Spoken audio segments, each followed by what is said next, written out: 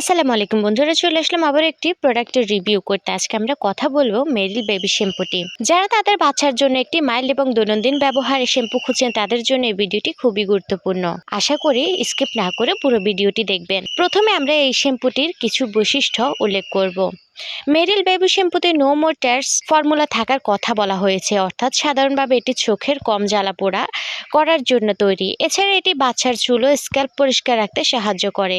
এর সুগন্ধ বেশ হালকা এবং ব্যবহার করার পর চুল নরমও অনুভূত হতে পারে। প্যাকেজিং অনুযায়ী এতে প্যারাবেন ও প্যাথালেট নেই, যা অনেক অভিভাবকদের জন্য একটি ইতিবাচক বিষয়।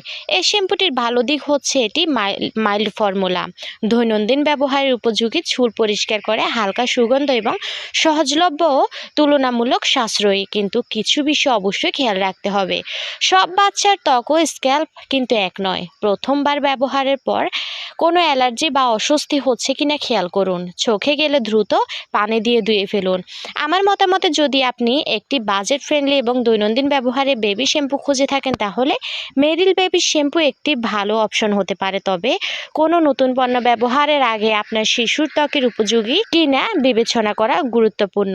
ভিডিওটি ভালো লাগলে লাইক দিন, কমেন্ট করুন, আপনার মতামত জানান এবং অনেস্ট রিভিউ বাই নদী চ্যানেলটি সাবস্ক্রাইব করতে ভুলবেন না। কারা কারা এই শ্যাম্পুটি আগে থেকে ব্যবহার করেন অবশ্যই কিন্তু কমেন্টে জানাতে ভুলবেন না। এবং আমার ভিডিওগুলি যদি আপনাদের কাছে ভালো লাগে তাহলে অবশ্যই চ্যানেলটি সাবস্ক্রাইব করে রাখবেন। আর এই শ্যাম্পুটি নিয়ে যদি আপনার আরও কিছু জানা থাকে তাহলে অবশ্যই কমেন্ট করতে ভুলবেন না। তো সবাই ভালো থাকবেন। আসসালামু আলাইকুম।